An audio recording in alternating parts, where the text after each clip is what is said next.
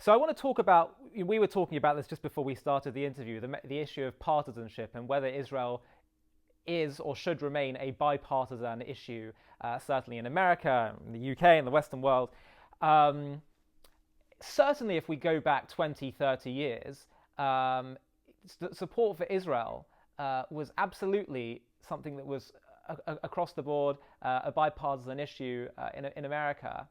And we've seen in recent years that it's starting to, or at least appears to become, more of a right-left issue, where you're seeing there, at least there's this sort of projection that Republicans tend to be more sympathetic towards Israel, and the left are moving more, Democrats are moving more away.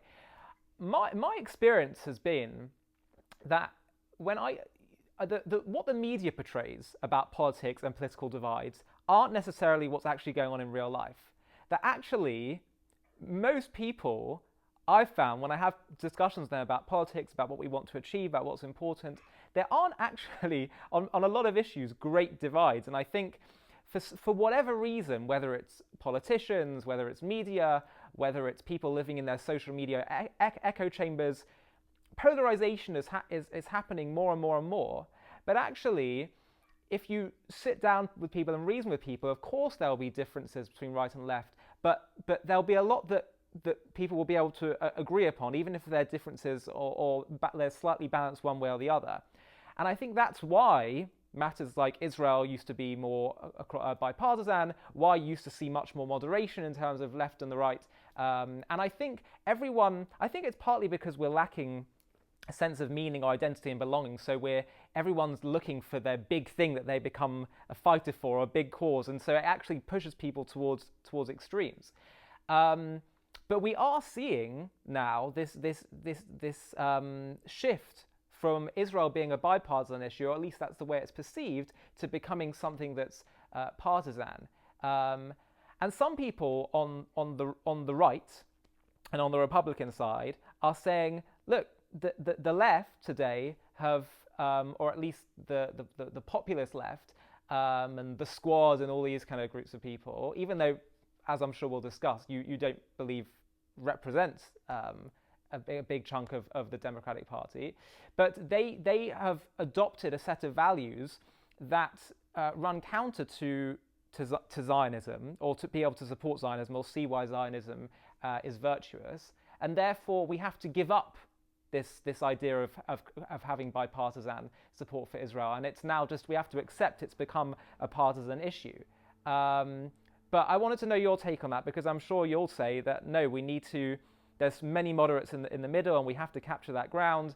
But so I want you to address all the kind of different opinions and perspectives that will be listening in on this matter. Yeah, for sure. So I do think Israel is a bipartisan issue. I'll say this again and again. You can be a right-wing Zionist, you could be a left-wing Zionist. You're still a Zionist. It's just you're coming at it from a different perspective. And so when you talk about, the progressives have adopted values that don't align with Zionism, I actually think that's not true at all. I think they've been convinced through misinformation that their values don't align with Zionism, right? Take the anti-colonial movement, right? Which is obviously a big buzzword today in the progressive left, right? Anti-colonialism. And so what's happened is anti-Zionists and anti-Semites behind them have promoted this falsity that we, the Jews, are a colonizing power, right? And that we came here and stole the land from the native Palestinians, which is far from the truth, right? The Jews are indigenous to this land. And actually, the support for indigenous rights and the support for the indigenous community is another value of the progressive movement. And so actually, I don't think the values aren't aligned. I think they think they're not aligned because of lies that they've been told. And so what for me as an educator is the way to correct this is not by abandoning it, not by saying, you know what, well, they're misinformed or their values are against our values, because that's not true. It's taking it back, right? It's taking back the narrative. It's making sure that we spread our message far and wide, that we're not a colonial power, that this is being used as a tool against us, just like in history. Other things have been used against the Jews. They picked the thing of the movement that is abhorred, and they label the Jews that exact thing. And that's their way of spreading anti-Semitism. And today, that's their way of spreading anti-Zionism, right? When in fact, the Jews themselves, who were an indigenous people to the land of Israel, they themselves suffered colonization, right? So if you're actually an anti-colonialist, you should have been supportive of this indigenous population reestablishing their sovereignty on their historic indigenous homeland, right? That directly aligns with the anti-colonial movement. And yet the entire story has been so distorted to create this complete reversal of what actually happened. And so in that sense, in no way do I think that we need to abandon the left. In no way do I think we should pull out of these spaces. Now, that being said, that means that we have a challenge. And I think some people just prefer to not embrace challenges, right? They prefer to go the easy route. And yeah, sure, it's easy to go to people on the right who their values on a number of other ways do align with Israel also, and they're aligned with Israel already. So let's just buddy up to them. That's fine. And we should do that as well.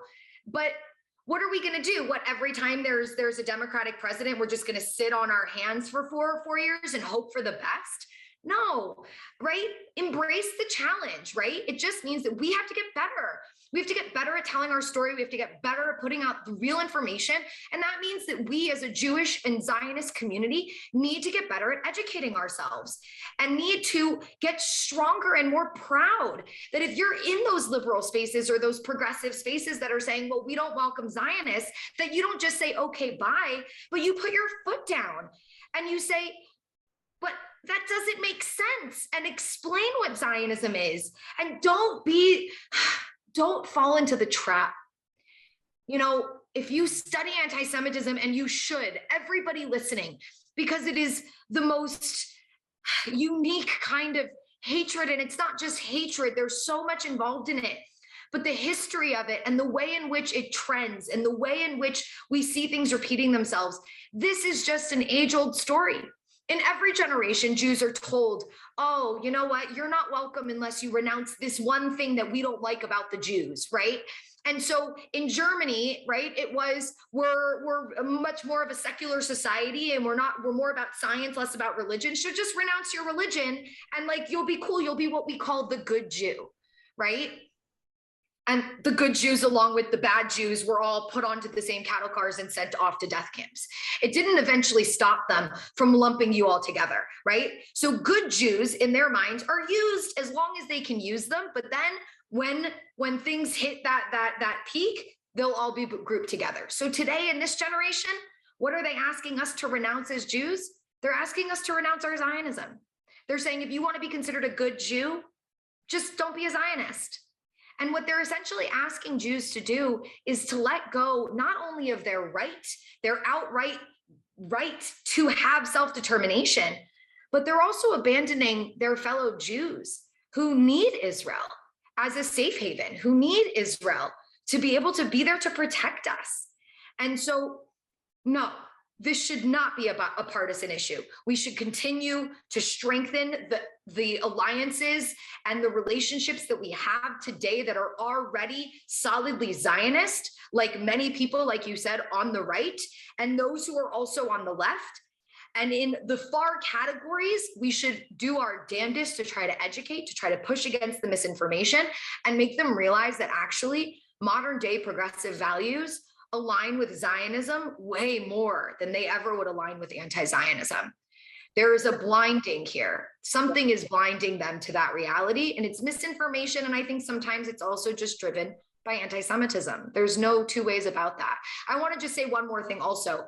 In terms of the UK, you know, which obviously is not my area, more your area, but we can also acknowledge that figureheads do play a role.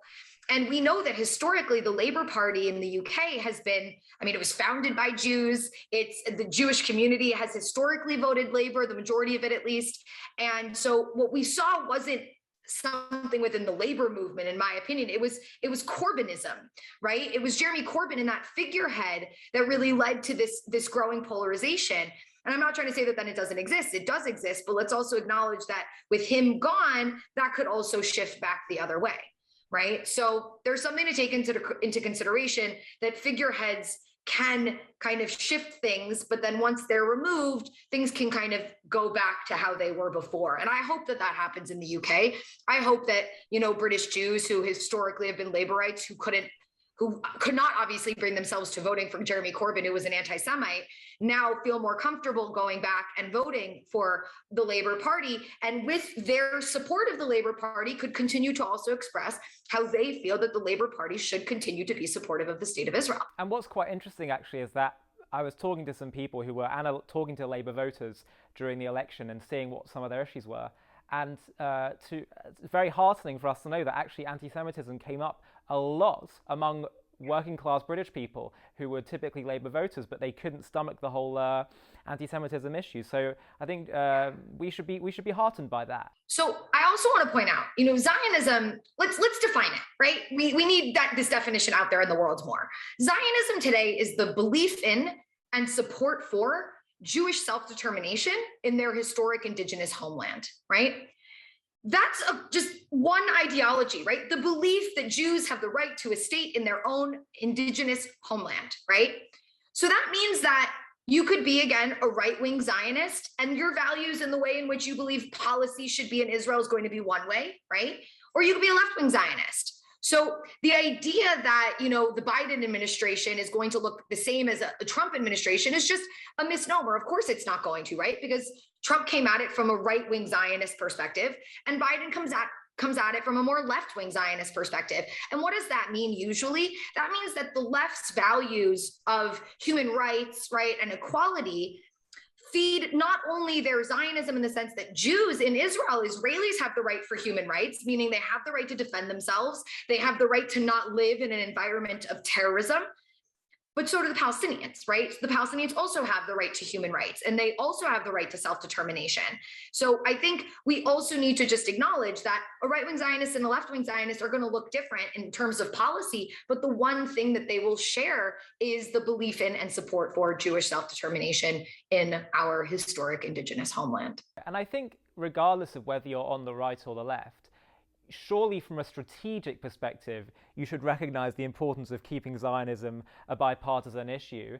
And exactly as you say, what one should do is understand the values that are priorities for each side of the political spectrum, and emphasize that element of Zionism to them. Because as you say, Zionism is a very broad, in some ways quite non-descriptive when it comes to policy kind of ideology, and I think it is greatly ironic that people who are, let's say, on the strong progressive wing, who talk about human rights. I mean, Israel is one of the greatest human rights causes in history, but and I do get baffled sometimes by the fact that they're unable to see this and they have this blind spot. And as you say, sometimes it is down to anti-Semitism. I think sometimes it's just down to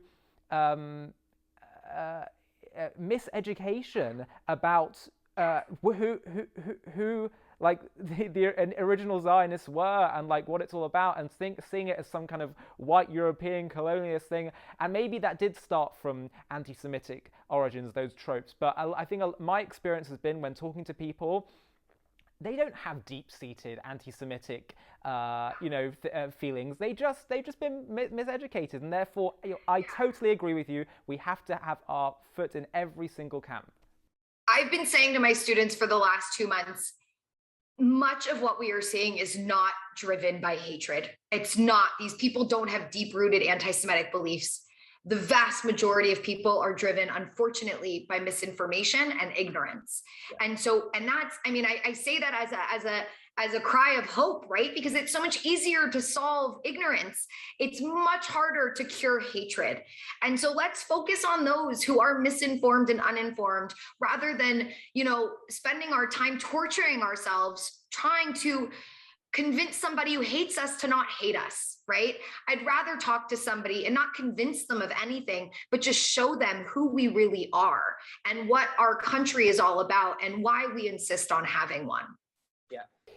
Now, obviously, I totally agree with you. A lot of things are down to ignorance. However, that doesn't mean that there aren't going to be vicious lies that are spread and things that can cause real damage and that can actually lead to anti-Semitic violence and waves. So there's no denial there, right? You can't deny that anymore. What we saw 2 months ago, right? We didn't see a massive spike in anti-Semitic rhetoric online. We saw a massive spike in anti-Zionist rhetoric online. And yes, there's a conversation to be had about, is anti-Zionism anti-Semitism? But what you can't deny is that anti-Zionism is a form of anti-Semitism, and it absolutely feeds the beast that is anti-Semitism. Because what we saw happen was anti-Zionist rhetoric peak online, and it almost gave credence or permission to the anti-Semites to go out into the streets and not target Zionists, which would also not have been okay, but go out into the streets and target Jews on the streets of London, in the streets of Montreal and Toronto and Los Angeles and New York, around the world. I mean, hell, we saw a spike in anti-Semitism in the last 2 months, over 700% increase in anti-Semitic incidences. So there's no denying that anti-Semitism is fed by anti-Zionism, even if everybody who expresses anti-Zionist beliefs is not an anti-Semite. And that's obvious that that's not the case.